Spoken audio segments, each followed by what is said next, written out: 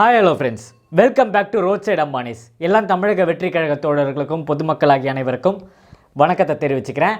அனைவருக்கும் இனிய பொங்கல் நல்வாழ்த்துக்கள் மற்றும் தமிழ் புத்தாண்டு நல்வாழ்த்துக்களை இந்த நேரத்தில் தெரிவிச்சுக்கிறேன். ஸோ பரபரப்பாக போயிட்டுருக்குங்க. நம்ம தமிழக வெற்றி கழகத்தோட வேலைகள்லாம் பயங்கர சுறுசுறுப்பாக போயிட்டுருக்கு.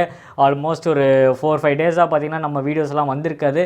அதுக்கு ரீசனும் அதுதான், நம்மளோட களப்பணிகள் அதிகமாக போயிட்டுருக்கு. நிறைய மீட்டிங்ஸு, டிஸ்கஷன்ஸு, இந்த மாதிரி விஷயங்கள்லாம் போகும்போதும் நம்மளோட பர்சனல் ஒர்க்கும் நிறைய இருக்குது. ஸோ அதை தாண்டி நம்ம வீடியோஸ் பண்ணுறது கொஞ்சம் குறைஞ்சிருக்குன்னு சொல்லலாம். முடிஞ்ச அளவுக்கு அதை நான் கரெக்ட் பண்ணிக்கிறேன். ஸோ 2 டேஸ் பேக் பார்த்திங்கன்னா பனையூரில் இருக்கிற நம்ம தமிழக வெற்றி கழகத்தோட தலைமை அலுவலகத்துக்கு போயிருந்தேன்.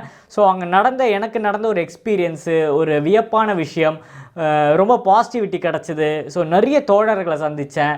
அது இல்லாமல் நம்ம பொதுச் செயலாளரான புசி ஆனந்த் சார் பேசின விஷயம் ஒரு செம்ம விஷயம். நிறைய எக்ஸ்க்ளூசிவ் விஷயம்லாம் கொடுத்துருக்காரு அந்த இடத்துல. நிறைய எனக்கு தெரிஞ்சு மீடியாஸ்லாம் வரல. ஸோ நம்ம சேனலில் தான் வரப்போகுது. ஸோ அதை பற்றி பேசுவோம் தான் இந்த வீடியோ பண்ணுறேன். ஸோ வாங்க வீடியோக்குள்ளே போகலாம்.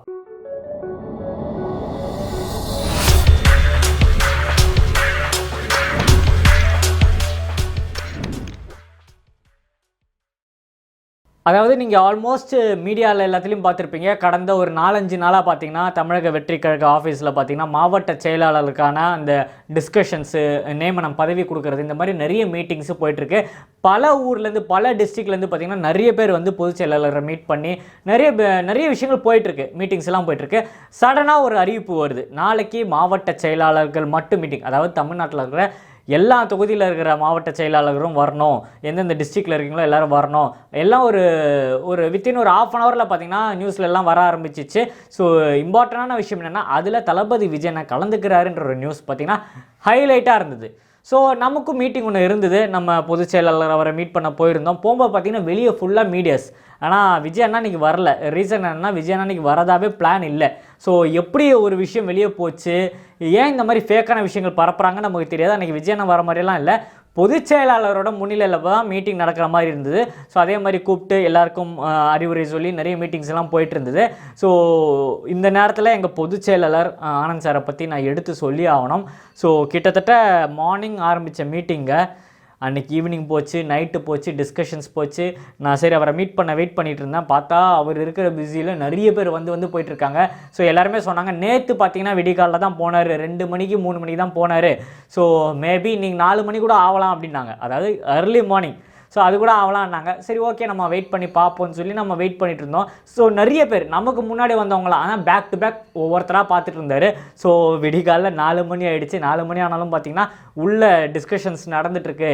இன்னும் ஒவ்வொருத்தர் போயிட்டுருக்காங்க. இன்னும் நிறைய மாவட்டம் நிற்கிதுன்ற மாதிரி வந்தது. ஸோ இதெல்லாம் பார்க்கும்போது என்னடா இந்த மனுஷன், என்னாலே டயர்ட் ஆகிடுச்சு, என்னால் அங்கே நிற்க முடியல, என்னடா இவ்வளோ டைம் ஆகிடுச்சு நிற்க முடியலன்னு சொல்லி வருத்தமாகவும் இருந்தது. சரி, அவரை பார்க்க முடியலன்னு ஒரு வருத்தம் இருந்ததும் உடனே இமீடியட்டாக பார்த்திங்கன்னா ஃபோன் வழியாக வெளியே நாங்கள் நிற்கிறோம் தெரிஞ்சு இமீடியட்டாக ஃபோன் வழியாக எங்கள் லைனுக்கு வந்து இந்த மாதிரி மீட்டிங்ஸ் நடக்கிறத கன்வே பண்ணார். ஸோ எந்த கட்சியிலும் இது நடக்காதுங்க. ஒரு பொதுச் செயலாளர் வெளியே நம்ம நிற்கிறோம், இவ்வளோ பேர் நிற்கிறாங்கன்னு தெரிஞ்சு அவங்கள அட்ரஸ் பண்ணுறது வந்து எங்கேயுமே நடக்காது. ஸோ 4 மணி ஆச்சா அவரை டிஸ்டர்ப் பண்ண வேணான்னு நாங்கள் கிளம்பி வந்துட்டோம். ஸோ அப்புறம் அங்கே இருந்த நிர்வாகிகிட்ட நாங்கள் கேட்குறோம், எத்தனை மணிக்கு சார் இந்த மாதிரி முடிச்சாரு, நீங்கள் எவ்வளோ நேரம் ஆச்சுன்னு கேட்டால், அடுத்த நாள் ஈவினிங் வரைக்கும் பார்த்தீங்கன்னா மீட்டிங் போயிருக்கு. நிறைய பேர் ஈவினிங் 6 மணிக்கு தான் அவங்க வீட்டுக்கே போயிருக்காங்களாம். அந்த அளவுக்கு மீட்டிங்ஸ் போயிருக்குன்னு சொல்லலாம். ஸோ நெக்ஸ்ட் டேயும் நம்ம பார்க்க போயிருந்தோம். ஸோ பார்க்க போகும்போது அதாவது பொங்கல் நிகழ்ச்சிகள் தமிழ்நாட்டில் பல இடத்துல பொங்கல் செலிப்ரேஷன் போயிருக்கு. சமத்துவ பொங்கல் வச்சுருக்காங்க, சமபந்தி விருந்து வச்சுருக்காங்க, பொங்கல் கரும்பு கொடுக்குறது நிறைய மாவட்டத்தில் பண்ணியிருக்காங்க. அதே மாதிரி தென்சென்னை மாவட்டத்தில் ஃபங்க்ஷன் நடந்திருக்கு. ஸோ அந்த ஃபங்க்ஷன்லாம் முடிச்சுட்டு பொதுச் செயலாளர் வரத்துக்கு கொஞ்சம் டிலே ஆகிடுச்சு. ஆல்மோஸ்ட் ஒரு 10-11 மணி ஆயிடுச்சு அவர் ஆஃபீஸ் வரத்துக்கே. அதுலேருந்து பார்த்திங்கன்னா ஈவினிங், அன்றைக்கி சண்டேன்றனால ஈவினிங்லாம் நிறைய மக்கள் வர ஆரம்பிச்சிட்டாங்க. ஸோ அதில் நான் வியப்பாக பார்க்கக்கூடிய விஷயம் என்னென்னு பார்த்தீங்கன்னா, தமிழ்நாட்டில் எவ்வளோ கட்சி ஆஃபீஸ் இருக்குது. அந்த கட்சி ஆஃபீஸெல்லாம் போய் பாருங்கள், ஒர்க்கிங் டேயில் போய் பாருங்கள், ஒரு ஈக்காக்கா கூட இருக்காது. ஆனால் நம்மளோட கட்சி ஆஃபீஸ் தமிழக வெற்றி கழகம் ஆஃபீஸில் மட்டும்தான் எப்போ போனாலும் வெளியே ஒரு 300-500 பேர் நிற்கிறாங்க. நான் போகிறேன், அன்றைக்கி ஆனந்த் சார் அதாவது பொதுச்செயலாளர் வருவாரா இல்லையான்னு யாருக்குமே தெரியாது, வந்து வெயிட் பண்ணுறாங்க. எப்படி நீங்கள் தெரியாமல் வந்தீங்க கேட்டால், இல்லை நீங்கள் சண்டே மேபி அவர் வர சான்ஸ் இருக்குதுன்னு நினச்சி வந்திருக்கேன் அப்படின்னு சொல்லி நிறைய பேர் வந்திருக்காங்க. எனக்கு ஒரே ஷாக்கிங்காக இருந்தது. ஸோ அதே மாதிரி ஈவெண்ட்லாம் முடித்து சார் வரத்துக்கு லேட் ஆகிடுச்சு. நிறைய பேர் அங்கே வெயிட் பண்ணிட்டு இருந்தாங்க. எங்கள் பொதுச்செயலாளர் பார்த்தோன்னா ஷாக் ஆகிட்டார். என்னடா மணி 11-11:30 இன்னும் இத்தனை பேர் நிற்கிறீங்களேன்னு சொல்லி அவர் அந்த இடத்துல மைக் எடுத்து பேசினார். ஸோ அவர் முதல்ல லேட் ஆனதுக்கும் சொன்னார், எனக்கு நீங்களாம் வருவீங்கன்னு தெரியாது, ஆனால் மாவட்ட தலைவர்களை மட்டும்தான் வர சொல்லியிருந்தேன், நீங்கள் இத்தனை பேர் இங்கே வந்திருக்கீங்கன்ற எனக்கு தெரியாது, ஸோ உங்களை இவ்வளோ நேரம் காக்க வச்சுட்டுன்னு சொல்லி அவங்கக்கிட்ட பேசிவிட்டு நிறைய விஷயம் அட்ரஸ் பண்ணாருங்க. அதுதான் இன்றைக்கி வீடியோவில் எக்ஸ்க்ளூசிவ்னு சொல்லலாம். அதில் முக்கியமான விஷயம், அதாவது பதவியை பற்றி பேசினார். எல்லாருக்குமே பதவி வழங்க போது, அது மட்டும் இல்லாமல் நீ நான்ன்றது ஈகோ பார்க்காம எல்லோரும் உழைக்கணும், மக்களுக்கு சேவை செய்யணும். எவனும் பார்த்தீங்கன்னா சும்மா பதவியை வச்சுட்டு சுற்றுற மாதிரி பிளானே கிடையாது. ஸோ மக்களுக்கு எவன் உழைக்கலையோ, எவன் ஒழுங்காக செயல்பாடு பண்ணலையோ இமீடியட்டாக அதை சேஞ்ச் பண்ணுவேன்னு சொல்லியிருக்காங்க. அது மட்டும் இல்லாமல் 4 நியூஸில் கூட நீங்கள் பார்த்துருப்பீங்க, 4 வருஷத்துக்கு தான் பார்த்தீங்கன்னா அந்த பதவி, அதுக்கப்புறம் சேஞ்ச் பண்ணிகிட்டு இருப்பாங்க. எனக்கு தெரிஞ்சு தமிழகத்தில் எந்த அரசியல் கட்சியும் இது நடந்து நான் பார்த்ததில்லை. அதுக்கப்புறம் ஒரு ஹைலைட்டான விஷயம், தளபதி விஜய் அண்ணன் களத்துக்கு வரப்போகிறாரு. இன்னும் 2-3 மாதத்தில் பார்த்தீங்கன்னா விஜய் அண்ணன் தமிழகம் ஃபுல்லாக வரப்போகிறாரு, தொகுதியாக வரப்போகிறாரு, நிறைய மக்களை சந்திக்க போகிறாரு. ஸோ இதில் ஹைலைட்டான விஷயம், அவர் சொன்ன விஷயம் நான் என்ன எடுத்துக்கிட்டேன்னு பார்த்தீங்கன்னா, எல்லாருமே சொல்கிறாங்க வெளியே வர மாட்டுறாரு. அந்த வீடியோஸ் எல்லாம் நான் எடுத்துகிட்டு வந்திருக்கேன். ஸோ இந்த வீடியோ அப்லோட் பண்ணால் ஆனால் ஆல்மோஸ்ட் அது பெரிய வீடியோ, கிட்டத்தட்ட ஒரு 10 நிமிஷம் கிட்ட வரும்னு நினைக்கிறேன் சார் பேசுனது. நெக்ஸ்ட் வீடியோ அதை நான் அப்லோட் பண்ணுறேன், அவர் பேசின வீடியோ மட்டும் நான் நெக்ஸ்ட் அப்லோட் பண்ணுறேன் பாருங்கள். ஸோ வெளியே வர மாட்டுறாருன்றீங்களே, அவர் வெளியே வந்து என்ன ஆகும்னு உங்களுக்கு தெரியுமா? மக்களுக்கு இடையூறாகும், டிராஃபிக் வரும், நிறைய பிரச்சனைகள் வரும். அங்கேருந்து வீடியோ எடுப்பான், இங்கேருந்து வீடியோ எடுப்பான், அவன் வந்து ஃபோட்டோ எடுப்பான், இவன் வந்து ஃபோட்டோ எடுப்பான். இந்த மாதிரி செலிபிரிட்டின்னும் போது வேறு கட்சிக்காரங்களாம் போகும்போது இந்த பிரச்சனைகள் இருக்குது. ஆல்ரெடி நம்ம வீடியோவில் சொன்ன விஷயம் தான் அது. நானே ஒரு வீடியோவில் சொன்னேன், இந்த மாதிரி விஜயனை வந்தால் அவ்வளோ சேஃப் கிடையாது. இப்போ அப்போவே, அதாவது எனக்கு தெரிஞ்சு ஒரு 5-6 வருஷத்துக்கு முன்னாடியே அவர் வெளியே வரும்போது அந்த அளவுக்கு க்ரௌட் வரும். இப்போ அவர் இருக்கிற ஸ்டார்டம்க்கு அவர் வந்தால் பிரச்சனை தான். இப்போ கூட ரீசனாக நீங்கள் பார்த்துருப்பீங்க, கழக பொருளாளர் வெங்கட்ராமன் சார் பார்த்திங்கன்னா காஞ்சிபுரம் மாவட்டம் ஆஃபீஸுக்கு போய், அதாவது காவல் நிலையத்துக்கு போய் லெட்ரு மனுவெல்லாம் எழுதி கொடுத்துருந்தாங்க. ரீசன் என்ன, இப்போ பரந்தூர் ஏர்போர்ட் விஷயம் உங்களுக்கு தெரியும், அங்கே போராட்டங்கள் நடந்துகிட்ருக்கு. ரொம்ப நாளாக விஜய் அண்ணா அதில் கலந்துக்கணும்னு இல்லை பிளானில் இருக்கார். அது மட்டும் இல்லாமல் நம்ம தீர்மானங்கள்லேயே அந்த விஷயம் வந்து ஒரு ஹைலைட் ஆகி நம்ம தமிழக வெற்றி கழகம் தீர்மானத்திலே அங்கே ஏர்போர்ட் வரக்கூடாதுன்ற மாதிரி நம்ம ஒரு நோட்டீஸ்லேயே கொடுத்துருந்தோம். ஸோ அதனால் அவங்க கூட சேர்ந்து போராடணுன்ற மாதிரி ரொம்ப நாளாக ட்ரை பண்ணுறாரு. ஆனால் பர்மிஷன் இல்லாத காரணத்தினால டிலே ஆகிட்டே இருந்தது. இப்போ மனு கொடுத்து அதோட பர்மிஷனுக்கு நம்ம வெயிட் பண்ணிகிட்ருக்கோம். சாங்ஷன் ஆகிடுச்சுன்னா எங்கள் அண்ணன் ஆன் தி ஸ்பாட் அங்கே இருப்பார். ஸோ அன்னைக்கு தெரியும் மக்கள் எப்படி திரண்டு வராங்க, விஜய் அவர்கள் வெளியே வந்து என்ன ஆகும், என்ன புரட்சி ஏற்படும்ன்றதை அன்றைக்கி மக்கள் தெரிஞ்சுக்க தான் போகிறாங்க. ஸோ நிறைய பேர் சொல்கிற விஷயங்கள், இது ஆனந்த் சார் அந்த இடத்துல சொன்ன விஷயம். ஸோ விஜய் அண்ணா 2-3 மாதத்தில் வர போகிறாங்க.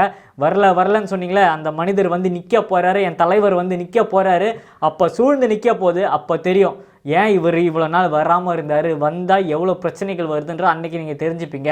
பர்மிஷன் கொடுத்தா தானங்க எல்லாமே பண்ண முடியும். பர்மிஷன் இல்லாமல் நம்ம ஈஸியாக பண்ண முடியாது. எப்படி நீங்கள் வந்தீங்கன்னு சொல்லி நம்ம மேலே வழக்கு பதிவு பண்ணுவாங்க, கூட இருக்கவங்க மேலே கேஸ் போடுவாங்க. இப்போ எங்கள் பொதுச் செயலாளர் அரெஸ்ட் பண்ணுவோம், நீங்கள் பார்த்துருப்பீங்க, புஸ்குன்னு எல்லா இடத்துலேருந்து ஆளுங்க வர ஆரம்பிச்சிட்டாங்க. எல்லோரும் வேனில் பிடிச்சி எங்கள் பொதுச் செயலாளர் அரெஸ்ட் பண்ணி 1/2 மணி நேரத்தில் நடந்த சம்பவம் நீங்கள் பார்த்துருப்பீங்க. ஸோ விஜய் நல்லா அந்த களத்தில் வந்து நின்னா எந்த அளவுக்கு இம்பேக்ட் இருக்குன்னு நீங்கள் பார்க்க தான் போகிறீங்க.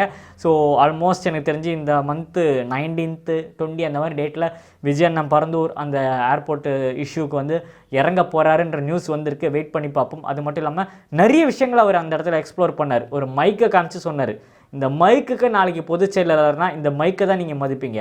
அதே மாதிரி தான் எனக்கு இந்த பதவி கொடுத்துருக்காரு. ஒவ்வொரு சந்துக்கு என்னென்ன பேர் இருக்குது. இப்போ எக்ஸாம்பிள் வில்லிவாக்கம், இங்கே ஓ பிளாக்குன்னு ஒரு போர்டு இருக்கும், அங்கே கியூ பிளாக்குன்னு ஒரு போர்டு இருக்கும், இங்கே நாதமணி தேட்டர் சந்துன்னு ஒரு போர்டு இருக்கும். இந்த மாதிரி ஒவ்வொரு போர்டுக்கு என்னென்ன பேர் இருக்கோ, ஒவ்வொரு ஸ்ட்ரீட்டுக்கு என்ன பேர் இருக்கோ, அதே மாதிரி தான் எனக்கு பொதுச் செயலாளர். ஸோ நாளைக்கு அது யாருக்கு வேணால் போகலாம், இவருக்கு வரலாம், அவருக்கு வரலாம். அந்த மரியாதை வந்து அவர் கூட இருக்கிறனால மட்டும்தான். அதே மாதிரி தான் நம்ம எல்லாருக்குமே. ஸோ எனக்கு தெரிஞ்சு 234 தொகுதியிலும் தளபதி விஜய் அண்ணன் அவருக்காக மட்டும்தான் ஓட்டு விழ போது, அவர் முகத்துக்காக மட்டும்தான் ஓட்டு விழ போகுதுன்றதுல எந்த டவுட்டுமே இல்லை. ஸோ ஈகராக நான் வெயிட் பண்ணிகிட்ருக்கேன். அவர் பேசின விஷயங்கள், பொதுச் செயலாளர் பேசின விஷயங்கள், அவங்க நிறைய சொன்னார். நம்ம எல்லா இன்டீரியர் பொலிட்டிக்ஸ் உள்ளே நடக்கிற விஷயங்கள், என் ஃபோட்டோ சின்னதாக போட்ட அதனால் உனக்கு பதவி கிடையாது, என் ஃபோட்டோ பெருசாக போட்ட அதனால் உனக்கு பதவி கிடையாது, இந்த மாதிரி ஏகப்பட்ட விஷயங்கள், கட்சிக்குள்ளே நடக்கிற விஷயங்களை பற்றிலாம் ஓப்பனாக அந்த இடத்துல பேசினார். அதனால் சொல்கிறேன், எந்த கட்சி ஆஃபீஸும் இந்த மாதிரி ஓப்பனாக ஃப்ரெண்ட்லியாக ஒரு குடும்பமாக எங்கேயும் பேசி நான் பார்த்ததில்லை. கிட்டத்தட்ட எனக்கு தெரிஞ்சு ஒரு 1/2 hour 40 minutes கிட்ட பேசியிருப்பார். அவர் வந்து மைக்கை பிடிச்சி அந்த பேசின 40 நிமிஷமும் பார்த்தீங்கன்னா எங்கேஜிங்காக இருந்து அங்கே இருக்கிறவங்கலாம் பயங்கரமான ஒரு கூஸ் பம்ப்ஸ் எனர்ஜியாக இருந்ததுன்னே சொல்லலாம். ஸோ அந்த வீடியோ அப்லோட் பண்ணுறேன் பாருங்கள்.